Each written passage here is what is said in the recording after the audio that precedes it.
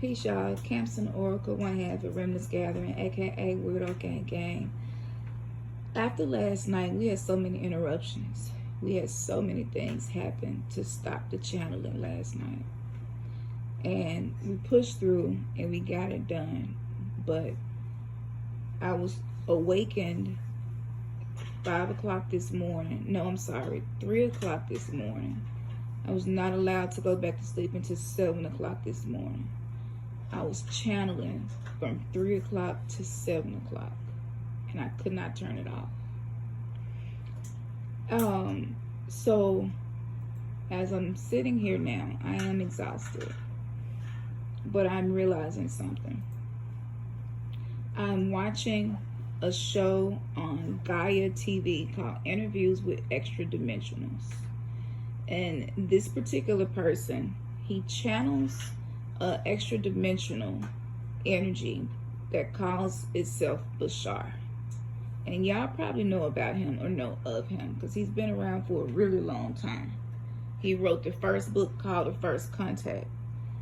This is what I'm realizing, y'all. A lot of the occurrences that were happening last night was happening for several reasons. There is a group or groups of beings who are tapping into people who are awakening these ancient things, these ancient wisdom, these keys, and they do not want this information out. The second thing that is happening, when a certain level of frequency is coming through, it causes glitches in the matrix. But you can also look at it this way. I don't have names of specifics of who I'm channeling, not yet. Eventually, I'm sure I will probably be able to say which ancestor or which ascended master, or I'm not there yet. Right now, I'm able to hone in on frequency, and I'm able to find words to match the frequency to be the medium to communicate it and channel the message to you. So as I'm watching this, he's talking about moving this vibration through his body. And he's been doing this, y'all, for 20 plus years. And his body still is not fully prepared to handle certain vibrations from these higher dimensions. So even though talking about 4D and 5D sound, it sounds really cool, it's really interesting, it is a lot of work, and it does require discipline, and it does require you to eat the things you need to eat, rest when you need to rest, work when you need to work, and finding that balance and learning how to allow that vibration to do what it's here to do. So even though my gifts may manifest the way that they do, this doesn't mean that you all aren't having your own experiences with these new vibrations and these higher dimensions. So I'm going to play this short clip. Hopefully this, this is not going to be an issue because it's just a little short clip.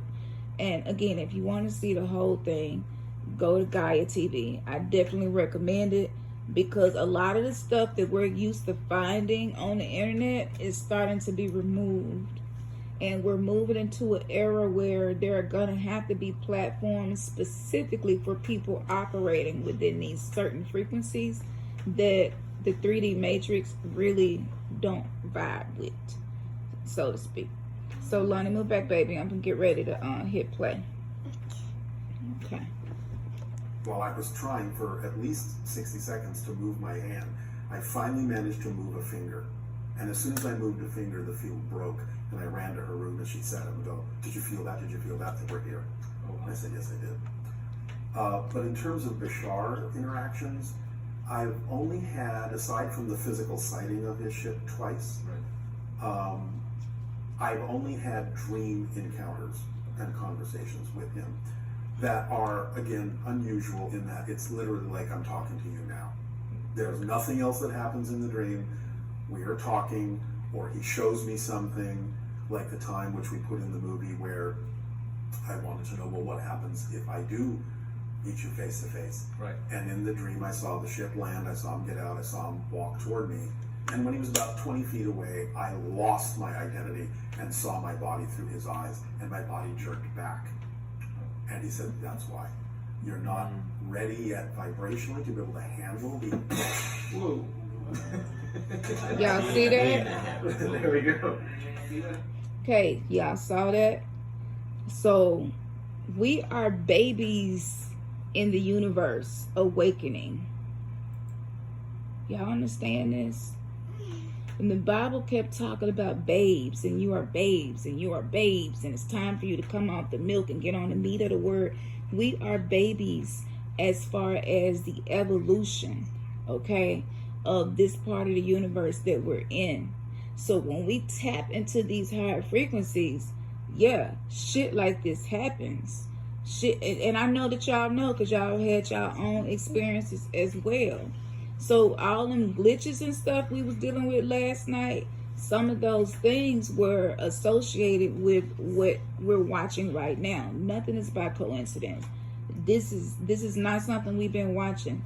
I literally just woke up today and was told to go here and click and had no idea why. And literally this is the very first episode that we watched.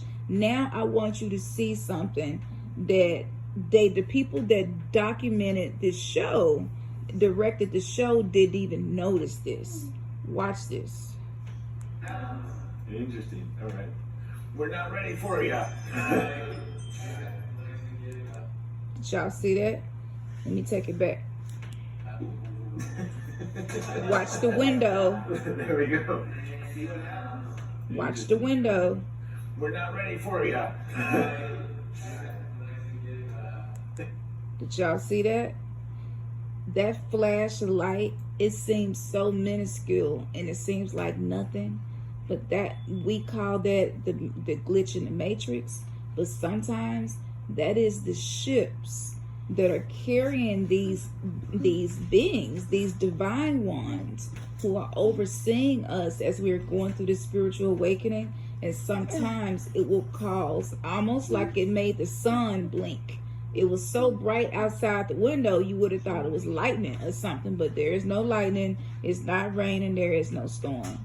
So I just wanted to do this because as I am evolving in my spiritual journey, my ability to tap into frequencies and channel the messages is getting stronger, and it kind of takes over my life sometimes.